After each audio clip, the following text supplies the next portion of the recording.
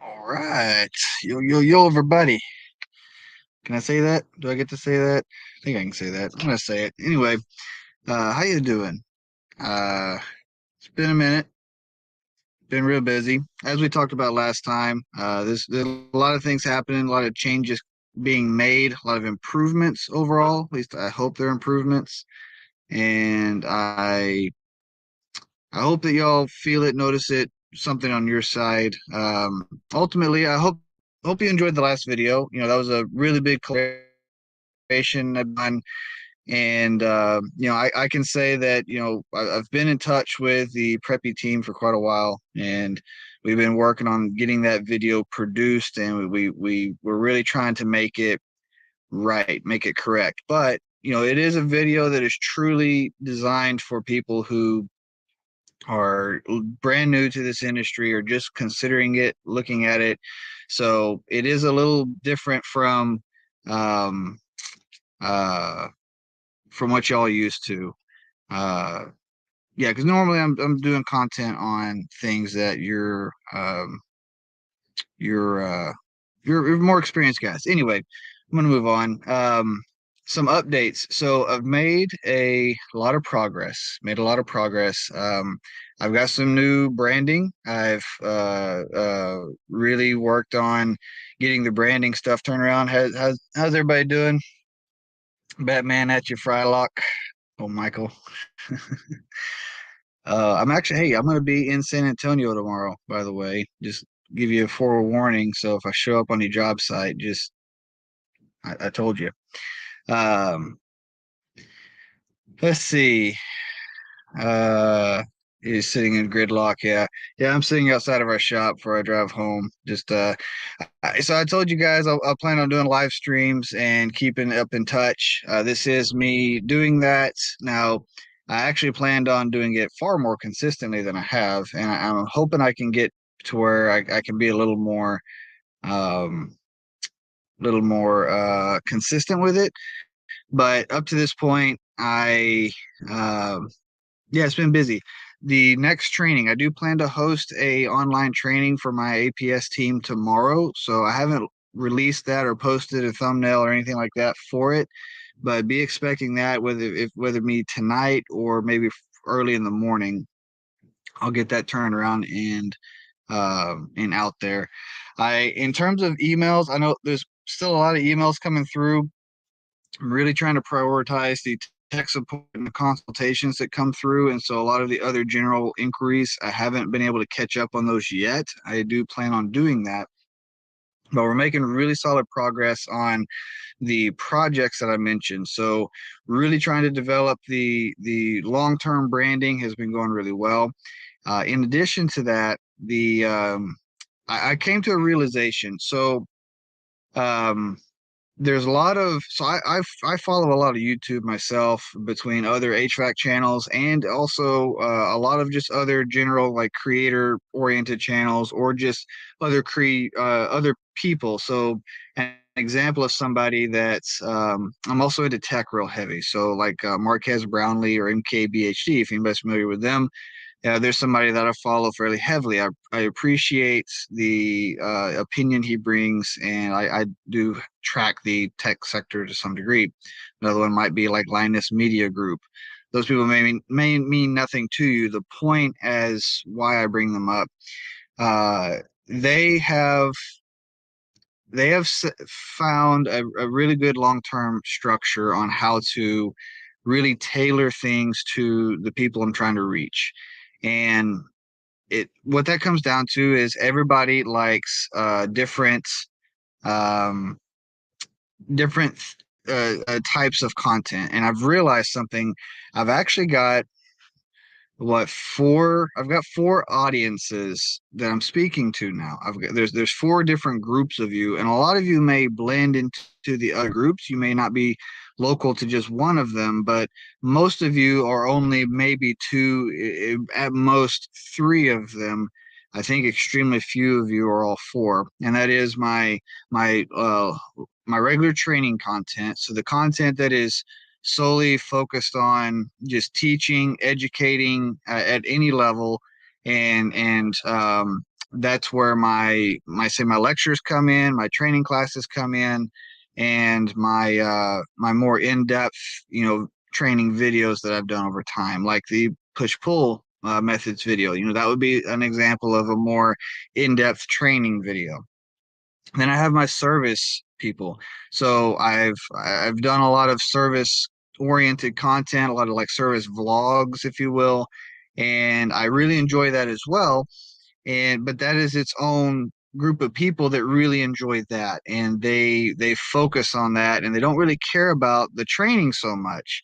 And I think that to some level there's a lot of you who enjoy the training who really don't care as much about the vlog side of it. You just That's just more, it's almost more entertainment while still yet getting to see something unique maybe to yourself. Anyway, the third group of you is, and actually quite a larger group than I would have ever thought, was the shorts. So I haven't done very many shorts at all recently, but looking at the metrics for the channel, uh, I've actually got about 30% of my total audience is just shorts. That's all they watch. That's all they care about. They don't watch or interact in any other way other than just consuming the shorts I've put out over time, and they just get fed the backlog there. The fourth group of you, which is a younger group, and it's the newest side of what I've been trying to do, and I will be doing further going forward, is the podcast side. And podcasts are, well, they're what they are. They're just they're a lot of talk. They're a lot of more just a different type of connection and communication to one another where we can engage. And to be honest, I think there's a lot of you that might enjoy training, or you might enjoy service. Maybe you even pay attention to the shorts, but you don't give two rips about the vlog or the podcast. And I think there's some of you that really enjoy the podcast that might fit in some of the other categories. Anyway, where I'm going with this, I have created and my data backs this up. So when I really break down the data of the viewership and what y'all pay attention to, what you like, what you don't, and looking at how things have grown over time, I see the pattern where I've needed to create independent channels for each of those audiences, because all four of those things have extremely different methods and approach, and how I'm coming at what I'm going to do with the information I'm trying to share. So uh as a whole, high level, the HVAC time channel, the one that you're watching now and that you've always been engaged with, this is a training oriented brand and channel. This brand, the HVAC time brand, is it's a community first education platform. That is what this is. It is a way of supporting the HVAC industry and the community as a whole. So this channel will remain a training focused and oriented channel. And all of that type of content is going to continue to be pushed through HVAC time as a parent channel, if you will. I think that's how they refer to them. So that means is that there will be going forward, and I'll be posting links. I'll make this very visible as I work this out. But and even if you tried to search it in Google search or in a YouTube search, I'm not even sure those other channels would pull up, because there's literally nothing on them other than they exist. Anyway, there's going to be an HVAC time service. There's going to be an HVAC time shorts and an HVAC time podcast channel.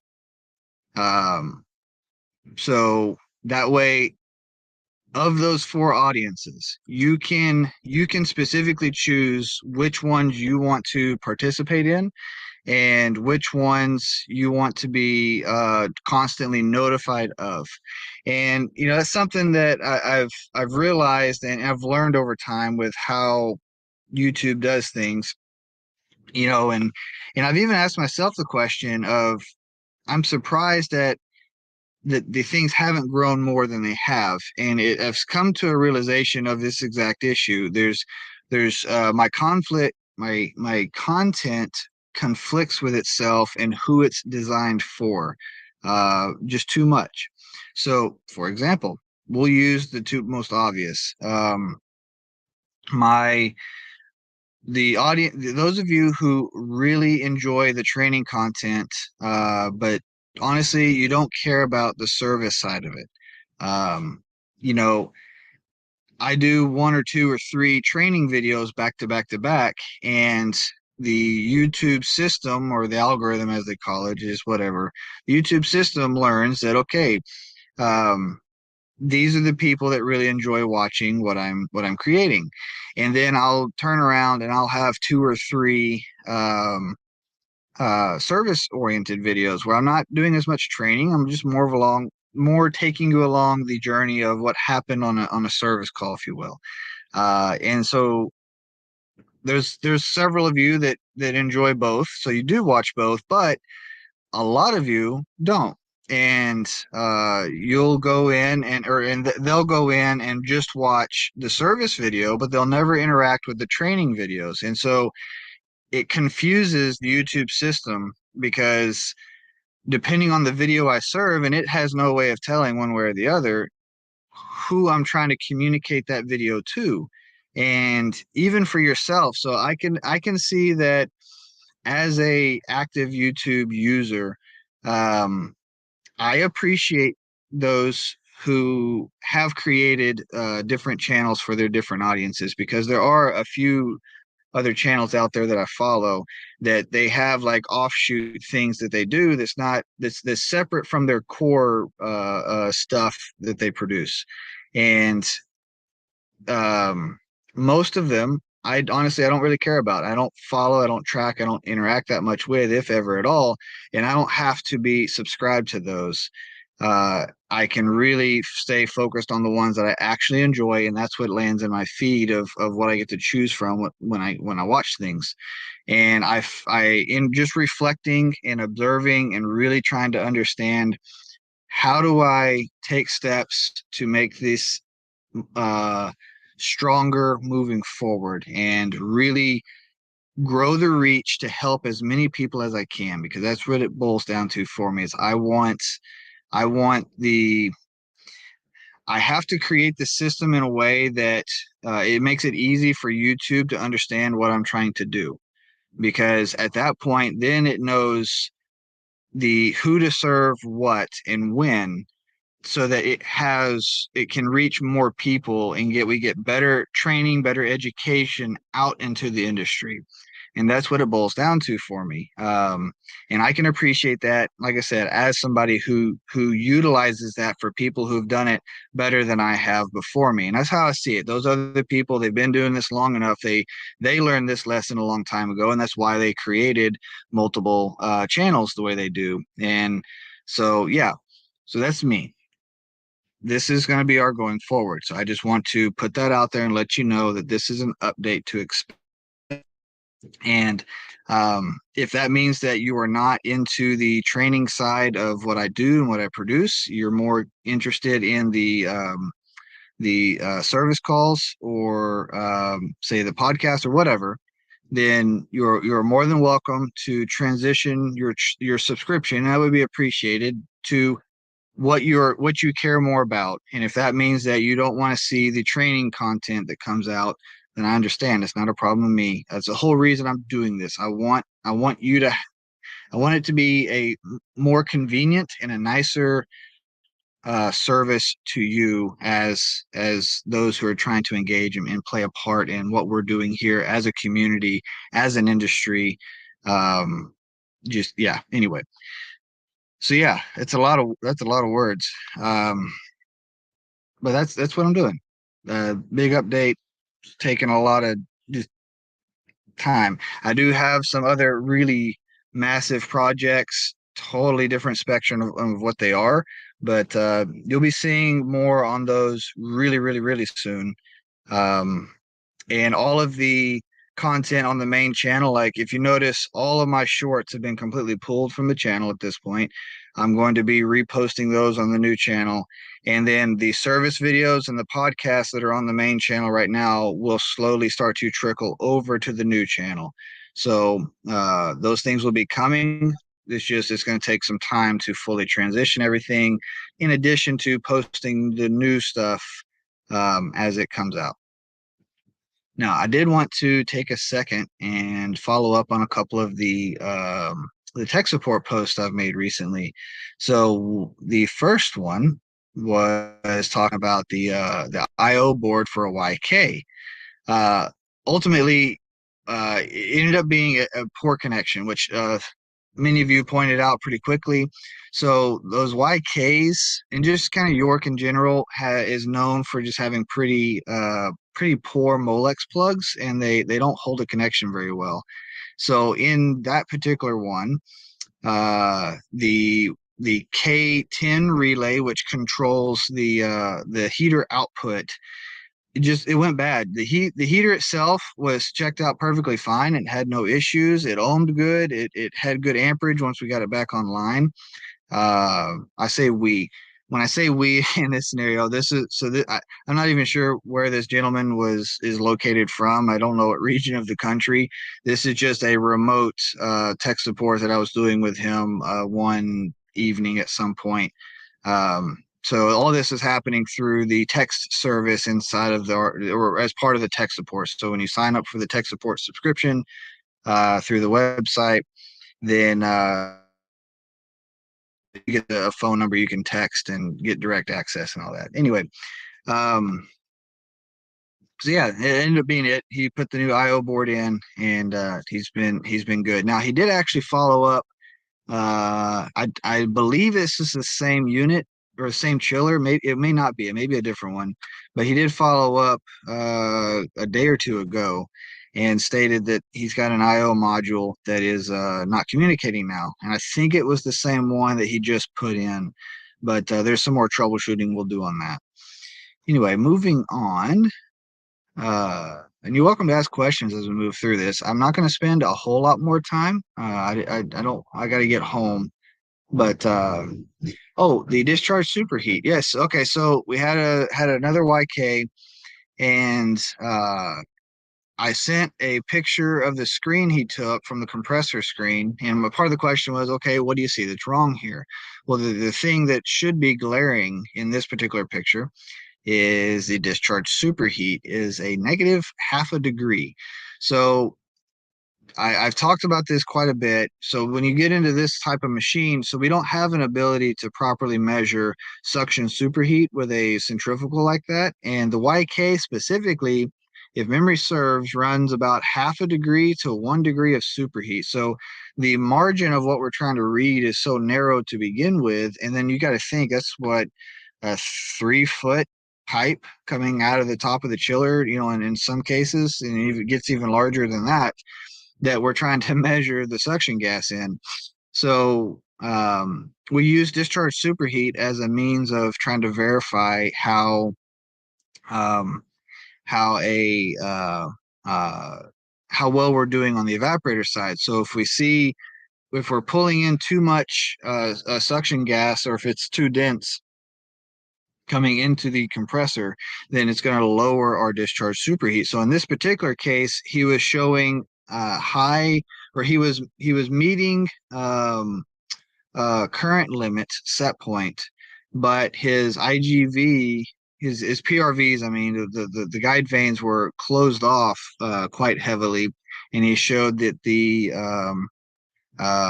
discharge superheat was low, and so we ended up working through with him as I had him adjusting the levels. And as part of our testing, because he was running about 3/4 to the top of the glass on the evaporator, I had him we settled out at 70% liquid level on the condenser.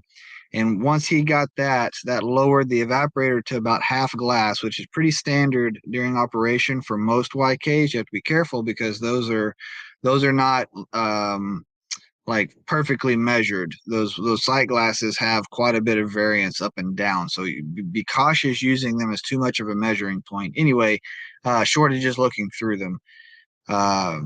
So once he got that liquid level back down some more in the evaporator and everything settled out on the condenser side, he immediately came back up to about 8 degrees of superheat, and everything settled out on the chiller and did much better. We are thinking that it might be a little overcharged, but he's going to evaluate that further as we move forward. At minimum, it wasn't having issues. And running with that 70%. And I was concerned he may have had a liquid level problem, but alas, he did not. I'm sorry, a liquid level problem. I was concerned yeah, I lost it. I was going somewhere with that. Anyway, the one I think I just posted this 2 days ago. So, hey man, this one was one. So had let me jump a couple of these comments. Let's see. What's the best thing everyone did today? Let's see. I am having a live stream with you because other than that, I did a shit ton of paperwork today. Let's see. What uh what would cause oil to get logged in a condenser bundle on a train RTHD chiller?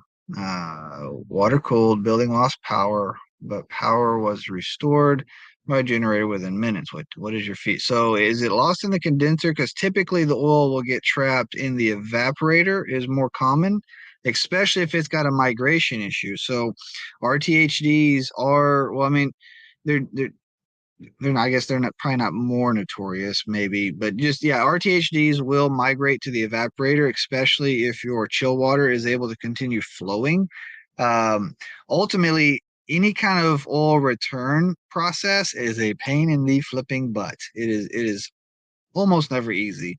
Um, let's see. So it lost power and was restored within minutes.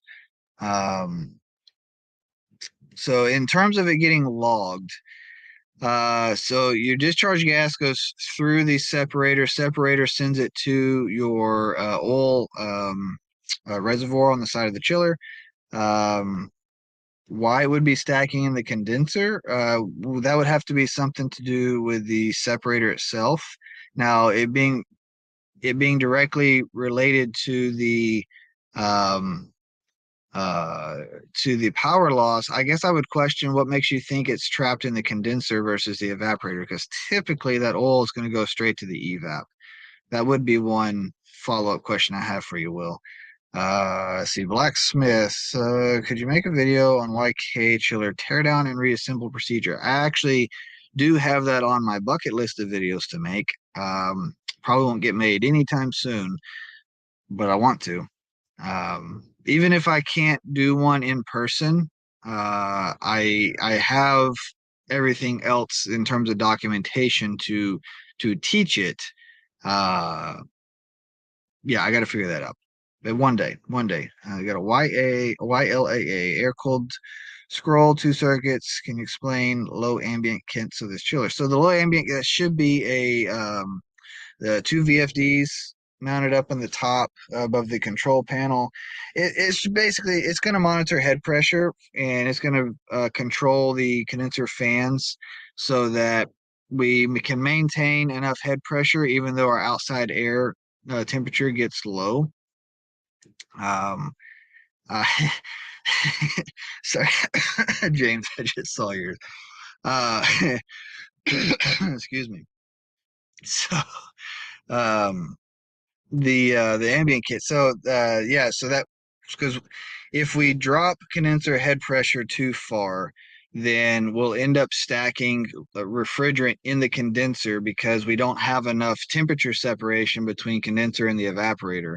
And that's where we get in trouble. So in order to keep that temperature separation so that physics can do what they do and refrigerant naturally wants to move to the coldest point, well, we got to make sure that like evap is cold enough compared to the condenser. So if we stop moving air through the condenser, then that'll help keep the head pressure higher and allow that minimum differential that is needed to be maintained. Refrigerant. So YK refrigerant level sensor calibration. Make a video on it. Uh, so I don't recommend, neither does the factory, on calibrating a literal calibration of a liquid level sensor. Now you can, I do have a video. I have a video where actually a fairly recent one where I took you through the process of calibrating it through the control panel. So if you're looking at doing that, uh, um, then yes, absolutely. I have a video on that. I can tell you the name real quick. It's got a sight glass. So it's found why it was wrong. YK liquid level. I did it 2 months ago. It's got, and it says set this correctly.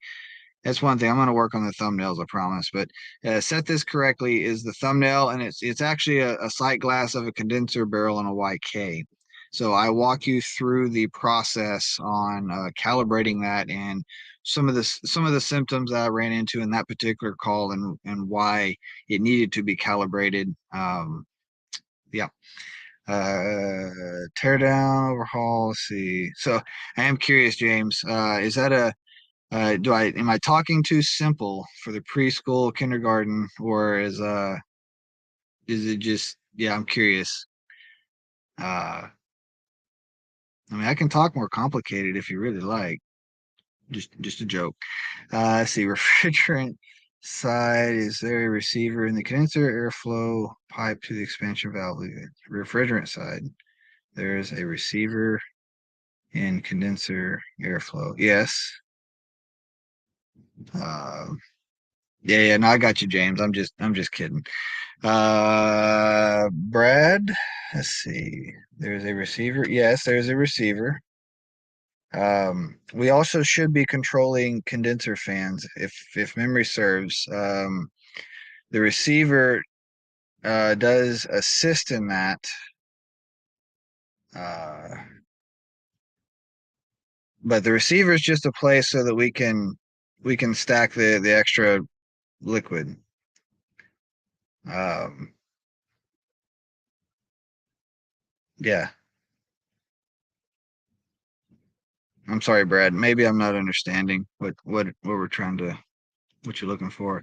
Let me jump over and talk about this last one. So we got a Daikin VRV4 series. So this is a property I actually started working on about 2 years ago, and I ended up getting pulled off due to legal allegations between installers and all that. So they had extremely unstable COM bus on the VRF outdoor units, and they're all tied together. I said VRF, they're Daikin VRV. Sorry for anyway.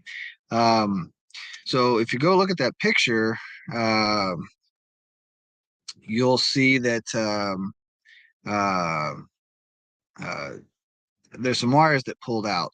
So basically, the synopsis is the main bus to the building. Whenever I connect to the F1 F2 in terminals for one of the master outdoor units, there's 5 banks total on the roof. It would take that system, 15, 20 minutes to build out a system map on my laptop with the service tool. And then even after it would finally build, I mean, heck, you could manipulate several things in the system and like go kill an entire bank, and it wouldn't even populate for 10, 20 minutes on the map, which is ridiculous. Anyway, I firmly believe keep things really simple and then work into complicated, especially with VRF and VRV systems. So that's what I did here. I just went through, did a basic wiring check on all 5 banks. What I found, 4 of the 5, the wires, or at least one of the wires, because they twist them together, or they did. I don't recommend that, but at least one of the wires at each one would pull just completely out. They're all so loose, and honestly, it wasn't even they were tightened in there loose, because many of them, like you had the 2 blacks twisted around each other, one of the 2 blacks would pull out, and one of them would stay, and the same thing on the whites. And um there was one in particular where both white and black, the entire thing just pulled straight out. Anyway, uh, yeah, that was a problem. So separated all the twisted pair, stuck them back in independent, tightened everything down, and I went from having to take like I said, what was it, to about 20 minutes or so on the map, where within just a couple of minutes, like it normally would be, we were able to build out the entire map, and then within seconds, we were I could go shut down an entire bank and I could get that alarming back to the service tool network map instantly, and then boot everything back up. It come up. It just so much more stable. So I'm expecting a dramatic improvement on that system, being able to have less of the comm issues. So sorry, my mouth or my brain had to catch up to my mouth, something like that. Less comm issues. I'm expecting a lot less comm issues with that system going forward. Anyway, I want to call it, guys. Appreciate y'all. Hope you have a good one. I am going to get home to the family, and y'all should too. You really should too. There'll be more updates. There's going to be more things. Like I said, I do plan to do um, a training tomorrow. I haven't figured out exactly what the immediate topic's going to be, but we're going to have one. See y'all later. Thanks for sticking around. Take care of your family. MTT.